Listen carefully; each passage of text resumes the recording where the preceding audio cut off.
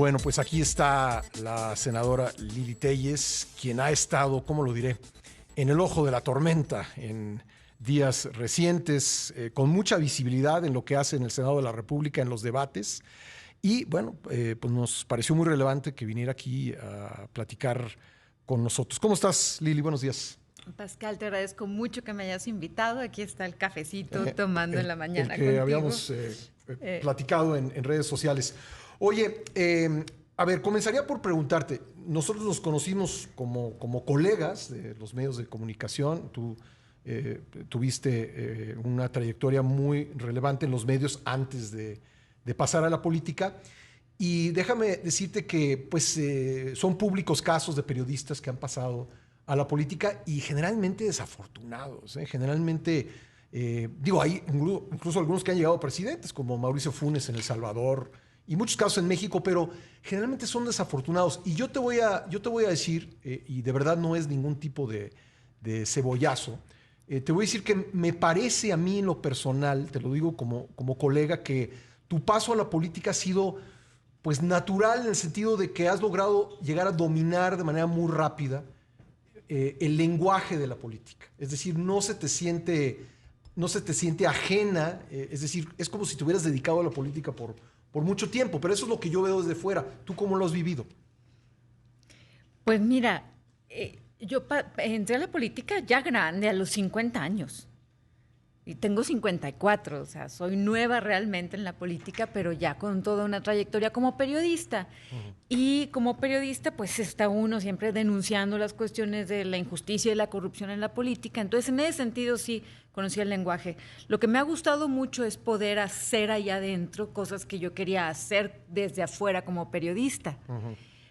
Pero me preocupa que me digas que hablo como político, porque no quiero hablar como un político tradicional. Pero yo tengo respeto a la política. Los que le faltan el respeto a la política son los políticos, ¿no? Sí. O sea, yo le tengo respeto al oficio político y pienso que la política tiene un lenguaje. Y con ello no quiero decir que todos los políticos sean iguales, porque tampoco es cierto. Tampoco es cierto. De repente lo decimos, no, todos son iguales, pero no, tampoco es cierto. Los políticos tienen, tienen imágenes distintas, trayectorias distintas, pero creo que hay algo que se puede llamar lenguaje político, que en el mejor de los sentidos, el lenguaje parlamentario, me refiero sobre todo al lenguaje parlamentario, no me estaría tanto refiriendo a ti como candidata, sino más bien como senador. Creo que has llegado muy fácil a dominar o sentirte cómoda, me parece a mí, en el lenguaje parlamentario. Pues es que ahí estamos hablando del debate. Como periodistas, pues ya estaba acostumbrada, hay que estudiar las iniciativas, hay que explicarlas y presentarlas al público. Es una labor que yo creo que se puede hacer con estudio y con sentido común, que es como me he manejado ahí. Y bueno, pues ha sido muy difícil y muy rápido. No digo difícil en el sentido de que yo sea víctima, para nada. Me refiero a que han sido cambios muy rápidos, porque me invitaron a un movimiento que era el de Morena y toda esa coalición, y llegué con ellos y estuve en la bancada del poder, y muy pronto estuve sin bancada y luego estoy en la oposición. Entonces me he tenido que reinventar rápido, pero siempre atendiendo a hacer lo correcto y a hacer lo que dicta el sentido común. Ya, ¿y cómo... ¿qué impresión tenías de la política antes de entrar y qué tanto cambió ahora que la conoces por dentro? Pues yo creo que mi opinión era acertada, pero nunca había visto un gobierno tan malo como este. Y estoy trabajando en el periodismo desde Carlos Salinas de Gortari, desde su sexenio. Tenía yo una pésima opinión, también en términos generales, como decías tú, de la política. De hecho, cuando me invitaron, lo primero que dije fue yo no acepté y expliqué que yo no necesitaba ensuciarme con la política. En esa forma tan fea lo veía. Y ahora pues solo he confirmado que se puede estar peor de lo que yo pensaba. Pero también soy prueba de que se puede caminar en ese lodazal como otras personas que también yo respeto y admiro, sin ensuciarse. Ahora, la barra estaba muy alta. La cantidad de escándalos en el tiempo que tú refieres, que fuiste periodista, que es más o menos el mismo tiempo que yo he trabajado como periodista, la cantidad de escándalos, de asesinatos, de actos de corrupción. ¿De verdad te parece que digamos, llegas a la impresión de que esto es peor que lo que había antes? Sí, absolutamente, absolutamente. Y como dices, estábamos tan mal que yo, bueno, terminé aceptando entrar como una responsabilidad cívica, como un ciudadano, como una candidata externa, así fue como me invitaron. Y lo que me he encontrado, sobre todo en los aspectos de Estado de Derecho, de falta de seguridad o de incremento de inseguridad, y en la forma en que han destruido los servicios de salud, nunca habíamos estado tan mal. Eso lo digo por la experiencia que he tenido trabajando en toda mi vida. Empecé a los 17 años, en eso no soy nueva, y sí lo puedo afirmar con toda seguridad que nunca había visto un gobierno tan malo como el actual. Vamos a tener que hacer un corte, pero quiero preguntarte, yo creo que nos da tiempo de responder rápido. En síntesis, ¿qué esperabas lograr tú al ingresar en la política? Yo esperaba contribuir desde el Senado a hacer buenas leyes en los temas que más me interesan, que son también los que mencioné, la inseguridad, la salud, el Estado de Derecho, y esperaba hacer un contrapeso, eso es lo que tiene que hacer el Senado, y contribuir hacia mi país. Pero bueno, las cosas pues han tomado un rumbo que yo no me imaginé que iba a llegar a este grado, y bueno, pues a entrarle al toro por los cuernos. Sé que no puedes hablar de las iniciativas, estamos en etapa de veda electoral, pero ¿ese propósito lo has logrado? ¿Sientes? Desde el punto de vista de las iniciativas. En las iniciativas no tanto, una que otra. Ahorita no puedo hablar de eso y no me quiero arriesgar a que me multen por veda electoral. Pero lo que creo que sí estoy haciendo bien, y es mi obligación y mi responsabilidad, es cumplir. El Senado debe ser contrapeso y debe ser vigilante del Ejecutivo, del gobierno en sí. Y en eso no quito el dedo del renglón. Estamos platicando con la senadora Lili Téllez. Lili, ¿en algún momento tú rompes con el movimiento con el que llegaste al poder? Y ese ha sido todo un tema de discusión. Desde la tribuna te han dicho traidora, en fin. Pero yo más bien te preguntaría, ¿qué fue lo que te hizo dar ese paso? ¿En qué momento lo decidiste? ¿Cuál fue la reflexión? Supongo que también en esos momentos debe uno tener como pues puntos de vista encontrados, ¿no? En una situación así. Es que a mí me invitaron a un movimiento plural. Yo no soy de izquierda y me invitó el presidente López Obrador, siendo candidato, a un movimiento plural en donde íbamos a caber muchos tipos de pensamiento, enfocándonos en los objetivos en común, que son los de todos los ciudadanos: ir por seguridad, bajar los índices de pobreza, fortalecer el Estado de Derecho, en fin, lo que todos los ciudadanos en todo el mundo queremos. Y eso fue en la campaña. Entonces, al ver que al llegar al poder no solo no se cumplió lo que se había ofrecido, sino que se empezó a actuar en sentido contrario, yo pues obviamente dije, esto está mal. Por ejemplo, ¿qué no se cumplió desde tu punto de vista? Bueno, son muchas cosas. Podría poner muchos ejemplos, pero dos de los que más me duelen en lo particular es la seguridad y la salud. Lo de la salud desbarataron hasta lo bueno que teníamos en México, que es la cartilla de vacunación. Y han dejado a millones de personas en el desamparo total sobre el sistema de salud. Y lo de la inseguridad, pues ha ido en aumento, ha ido increciendo. Esto de abrazos no balazos, que yo lo interpretaba como una promesa de seguridad, en lugar de ser eso, pues ha resultado torcido, ha resultado exactamente al revés. Es abrazos a la delincuencia y balazos a los ciudadanos. Así se fueron acumulando una serie de cuestiones, y para mí la gota que derramó el vaso, cuando yo dije, yo tengo que dejar la bancada de Morena, nunca estuve afiliada, quiero subrayarlo, fue cuando el presidente saludó a la mamá del Chapo. Y hay personas que tal vez piensan pues, que ese saludo no... Hay personas que le creen al presidente cuando él dice que no es para tanto. Sin embargo, es para mucho, porque es tal la colusión del gobierno del presidente López Obrador con el crimen organizado que ya se desconectó y ya no piensa con claridad. Le parece normal saludar a la mamá del Chapo, lo hace en público. Imagínate qué hay detrás.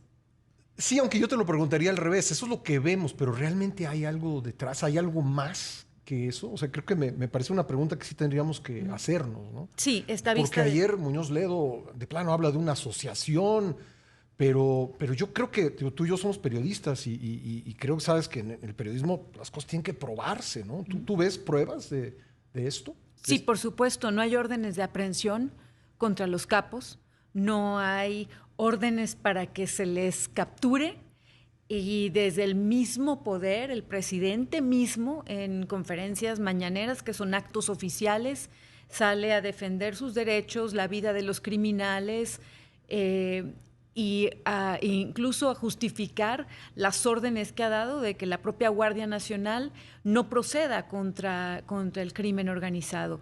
Entonces, en los hechos está, por un lado, la sangre. Los asesinatos son mayores que en otros sexenios, ahí están los muertos para probarlo y ahí están claras las órdenes de no proceder contra el crimen organizado. Pero sí ha habido detenciones, Lili. Sí ha habido... Una que otra, de muy bajo perfil, de muy bajo nivel. En realidad, por ejemplo, los reportes que se han filtrado de autoridades estadounidenses, una del ex embajador Christopher Landau y la otra, no recuerdo su nombre, pero también de una persona del ejército estadounidense que tienen acceso a los mejores sistemas de inteligencia del mundo, planteando claramente que del 35 al 40% del territorio mexicano está en manos del crimen organizado. Este gobierno, en lugar de pedir más información para proceder, hace como que no pasa nada. Está a la vista es el jefe del Comando Norte. Ese es otro. Está a la vista de los ciudadanos que no podemos transitar en paz. Y un ejemplo muy claro fue ahora en Sinaloa. El presidente dijo que no pasa nada con los retenes. El país está lleno de retenes en terracerías, en caminos de piedra, en carreteras importantes como la que cruza Sonora hacia Arizona. Te detienen hombres armados, te quitan dinero, te pueden secuestrar y te pueden quitar la vida. Y el presidente dice no pasa nada. Entonces, creo que las pruebas de lo que estoy afirmando, de que el Morena es el brazo político del crimen organizado, muy fuerte. Creo que las pruebas están a la vista, sobran. Y vaya, yo soy una madre de familia primero que nada, soy mamá.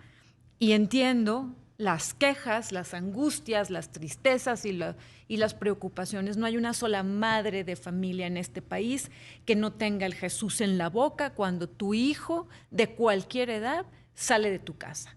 No sabemos si va a regresar y cómo va a regresar.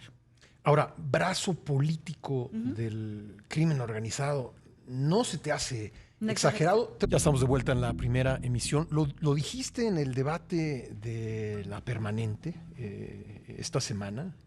El brazo político del crimen organizado, ¿no se te hace una exageración? No es una exageración y espero que todo tu público que nos está escuchando ahorita lo tenga muy claro. Morena es el brazo político del crimen organizado. Habíamos vivido en nuestro país una situación de pactos, de políticos que pactaban con los cárteles, y la situación fue increciendo, cada sexenio increciendo, aumentando la violencia, aumentando las muertes, en fin.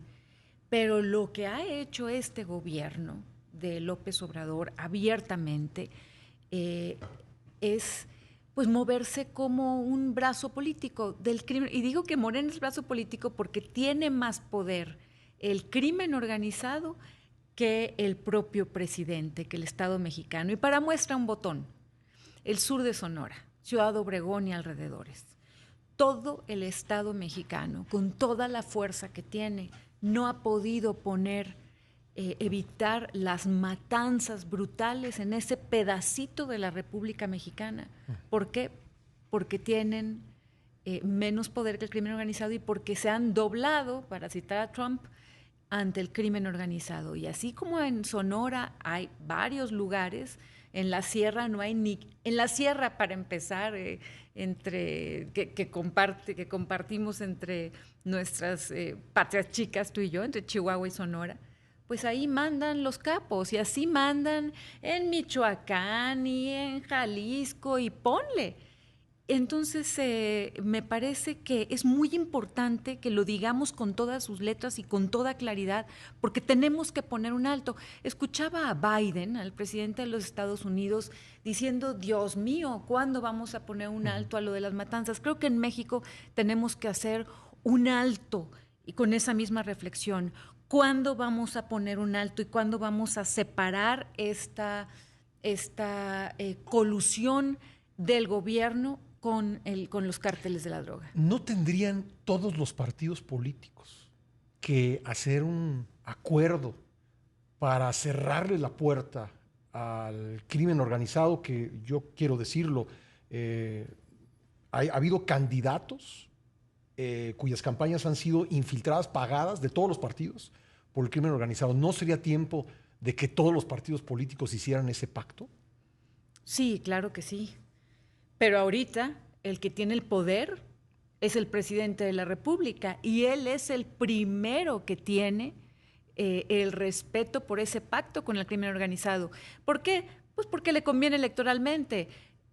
Hay muchos testimonios de cómo operaron en las pasadas elecciones en todo el corredor del Pacífico. Son reales, no son ficción. Y pues cuenta, incluso Porfirio Muñoz Ledo lo decía, el presidente cuenta con la organización y los recursos del crimen organizado más los recursos de la Federación. Y me preocupa en particular la normalización a la que el presidente ha abonado una y otra vez ante la población. Y los mexicanos no podemos aceptar esto. Te pongo un ejemplo, si me permites, o ya te lo dije al aire, lo de Ciudad Obregón. Sí. Bueno, como lo de Ciudad Obregón, yo no me explico. El presidente decía ayer que su conciencia está tranquila y en paz porque saluda a la mamá del Chapo Guzmán. Bueno, pero el presidente lo que no tiene es conciencia. A mí me consta cómo fuimos en la campaña Pero en es el jefe Sonora. del Estado, tiene que tener conciencia. No tiene conciencia. Si tuviera conciencia, sentiría vergüenza de irse a parar al sur de Sonora, en donde me consta, porque estuve en esos templetes, se ofreció una y otra vez seguridad. En la campaña. En la campaña. Y lejos de haber seguridad, hay más crimen. Entonces veo a un presidente sometido y constantemente en la defensa y en la normalización, al grado de decir, Pascal, en Sinaloa, la última vez que fue, que dijo varias barbaridades, pero una de ellas fue que no son monstruos los delincuentes. ¿Cómo no van a ser monstruos los que violan, los que secuestran, los que mutilan, los que asesinan? Claro que son monstruos. Al grado, el presidente se ha puesto del lado de los delincuentes en lugar de ponerse del lado de los ciudadanos. Y sobra decirlo. Bueno, no sobra decirlo. Hay que decirlo. El Estado nace para dar seguridad. La función principal del Estado es brindar seguridad. Esa es la principal. El presidente tiene obligación constitucional de brindar seguridad. Ha renunciado a ello porque le conviene políticamente. Y tenemos que decir los mexicanos, basta. Ahora, dices que hay que hablar claro y hablas claro. ¿No te da miedo? Tomo mis precauciones y hace un momento estaba escuchando en tu noticiario unas palabras del secretario de Gobernación, Adán Augusto, que dijo más o menos con esta voz que tengo. No puedo amenazar a nadie. Ajá. Pues yo le digo al secretario Adán Augusto que con esa vocecita que tiene, sí es un irresponsable y un falto de conciencia, porque yo le he pedido 3 veces protección para mi hijo menor de edad y el secretario Adán Augusto nomás se dedicó a girar unos oficios. 7 meses después no me brindó la seguridad, así que con esa vocecita que tiene no tiene nada que ver con que no tenga escrúpulos. Es más, la vocecita de Adán Augusto se parece a la de Don Corleone, que también tenía este personaje del Padrino, una vocecita así muy tranquilita, pero hacía unas cosas tremendas. y es una falta de ética lo de Adán Augusto. Yo sí lo creo capaz de hacer eso porque he vivido en carne propia más de 7 meses pidiéndole seguridad para mi hijo menor de edad y se lavó las manos. Así que no se haga el ternurita, el secretario de Gobernación, que porque tiene una vocecita X. Entonces, sí, tengo que tomar precauciones, pero claro que el Estado mexicano, el presidente AMLO, a través de Adán Augusto y de Rosa Isela, pues me dejan en una indefensión para que yo tenga miedo, para que yo me haga para atrás, para intimidarme, pero no me van a intimidar. Voy a llegar hasta donde tenga que llegar. ¿Cómo te tratan tus excompañeros del Senado? ¿Qué relación tienes con Ricardo Monreal, por ejemplo? Con Ricardo Monreal tengo una excelente relación porque con él se puede hablar. Es un hombre que reflexiona y yo creo que es la voz de la prudencia en esa bancada. Fuera de ahí, mira, Pascal, a mí me han recomendado algunos políticos que no me tomen las cosas a pecho y que no me las tome en forma personal, pero simplemente es algo que no puedo hacer. Sí me tomo las cosas personal y me las tomo muy, muy serio, porque yo no puedo saludar a los de la bancada de Morena como si nada pasara, cuando, por ejemplo, veo que destruyeron todos los fideicomisos en los que la repercusión iba a ser que mucha gente enfermara, que mucha gente dejara de estudiar, que mucha gente muriera. No puedo. Creo que la política sí debe ser algo más personal, porque solo si lo personalizas logras indignarte. Entonces, no está bien. Desde mi punto de vista, no está bien entrar al Senado y ver que estas personas están destruyendo al país y afectando literalmente la vida de las personas. Hablo desde las guarderías hasta que no hay vacunas del tétanos, hasta la desaparición del Fonden. Pues, como les he dicho muchas veces en tribunas, son una bola de léperos, una bola de vulgares. ¿Cómo voy a salir como si nada pasara cuando le están haciendo daño a los ciudadanos? Entonces, no es como me traten ellos. Yo ni los saludo. ¿Hay algo que hayas dicho en estos debates que en la noche, platicando con tu esposo, con tus actuales compañeros, hayas dicho, ay, ahí me pasé tantito en lo que dije? No, al revés. Yo platico mucho con mi esposo, que es no nada más el amor de mi vida, sino mi compañero, mi mejor amigo. Platico mucho de cómo me falta ser más fuerte, más enérgica y más clara para que los ciudadanos entiendan y vean, se den cuenta. No quiero decir entiendan porque no tengan capacidad, sino porque no tengan tienen la información, porque no tienen tiempo de estar viendo las sesiones del Senado, porque los ciudadanos tienen que trabajar. Como a mí me falta ser más incisiva y más clara en que estos senadores de Morena y todo el grupo político de ellos, no los ciudadanos que les creen, sino el grupo político, desde Mario Delgado y luego el payaso ese que preside la bancada de Morena en diputados y el presidente de la República y sus propagandistas, nos están haciendo daño. Entonces me falta incidir más, me falta ser más clara. Creo que las palabras... ¿Te has quedado corta, digamos? Me he quedado corta, por supuesto que me he quedado corta y estoy buscando formas de poderlo comunicar mejor. Y vaya, me acuerdo, por ejemplo, por poner otra anécdota, en la campaña a la presidencia, y me consta porque estuve en los templetes con López Obrador, cómo ofrecía, por poner un ejemplo, el crecimiento del PIB que iba a ser, decía él, del 5 al 6%, del 4 al 6%, y a la hora de llegar a gobernar, pues resulta que ya ni siquiera le importa la medición, que ahora quiere mediciones de bienestar y de felicidad. Entonces, a mí sí me indigna mucho, y qué bueno, porque no podemos perder la capacidad de indignación y convoco a la ciudadanía a que se enojen y que ese enojo nos haga componer lo que está mal. Estamos conversando con la senadora Lili Téllez. Lili, pues empiezan a verte muchas personas madera de candidata y bueno, lo primero que quisiera preguntarte es ¿por qué no hay alguien que despunte en la oposición en este momento? Despunte en el sentido de decir, pues sí, yo quiero ser, o no hay muchos, pues, porque hay algunos. Yo quiero ser candidato en 2024. Pues hay algunos que se han dicho. Hay algunos que se han dicho, Alejandro pero... Moreno, que ahora está envuelto en un escándalo de audios, Enrique de la Madrid, creo que algunos, pero no son muchos, pues. No son muchos. ¿Y la pregunta, perdón? La pregunta es si tú te ves como candidata. Pues mira, yo fui la primera sorprendida cuando empecé a aparecer en las encuestas de presidenciables. Fue hace mucho tiempo y yo pensaba, de hecho, Pascal, que era una broma, que era un traspiés que me estaban poniendo, porque pues no es algo que estuviera en mi camino ni previsto de ninguna forma.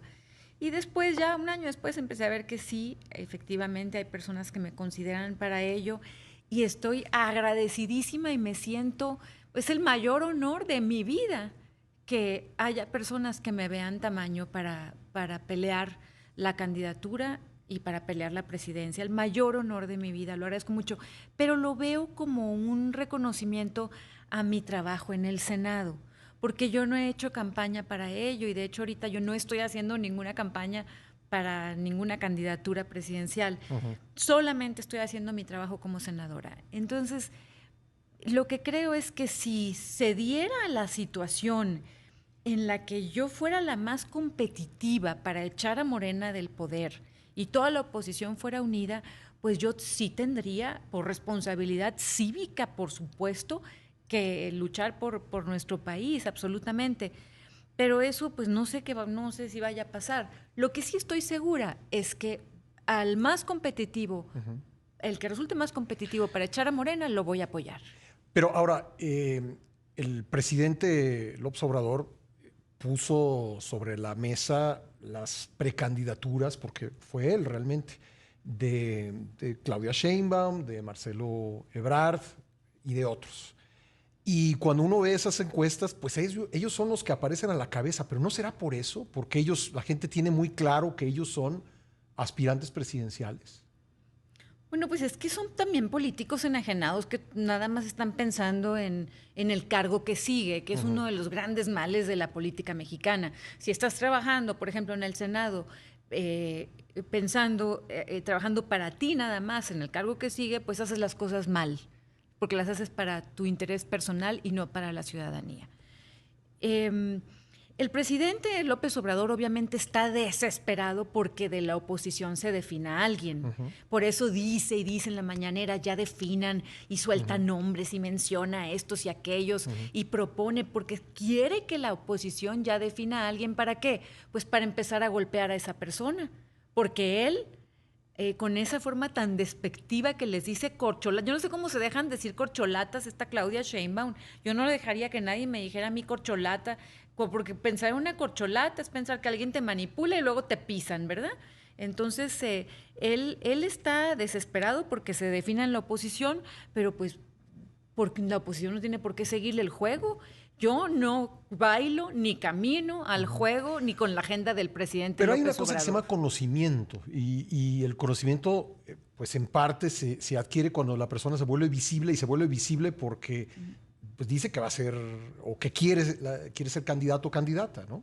Bueno, Claudia Sheinbaum a cada rato lo está diciendo, ¿no? Que una mujer, ellos andan en campaña, pero creo que pasan un muy mal mensaje a la ciudadanía en el sentido de que en lugar de estar trabajando en lo que deben hacer, pues andan en campaña política, están pensando en la presidencia en lugar de estar haciendo lo que deben hacer. ¿Habrá un candidato común de la oposición, crees tú, en 2024? Yo creo que sí va a haber un candidato común. Creo que sí la oposición se va a unir toda, dependerá también de lo que diga Dante Delgado, que él viene siendo en este momento pues quien se ha mantenido separado. Sí creo que tiene que ser toda la oposición unida. Toda unida y con organizaciones de la sociedad civil contra los de Morena en el 2024 y sí creo que se les puede echar del poder. Las encuestas dicen que no. Y yo creo que sí, por lo que pasó en la Ciudad de México. Ahora, que va a ser difícil, obviamente, porque incluso hemos visto cómo el presidente López Obrador ha convencido a los altos jefes del ejército de que hasta hablen en un lenguaje chairo, por decirlo de una forma coloquial, lo cual me parece una absoluta falta de respeto por parte del general secretario de la Defensa. Entonces va a tener un brazo político ordenando a militares y tiene el brazo también del crimen organizado. Entonces va a ser muy difícil, pero de que se puede, se puede. Y para muestra, las elecciones en la Ciudad de México. Las clases medias de este país estamos hartas de lo que está sucediendo y creo que sí nos vamos a poder unir. Lili Telles, muchas gracias por haber venido. Pascal, gracias a ti. Saludos a todo tu auditorio.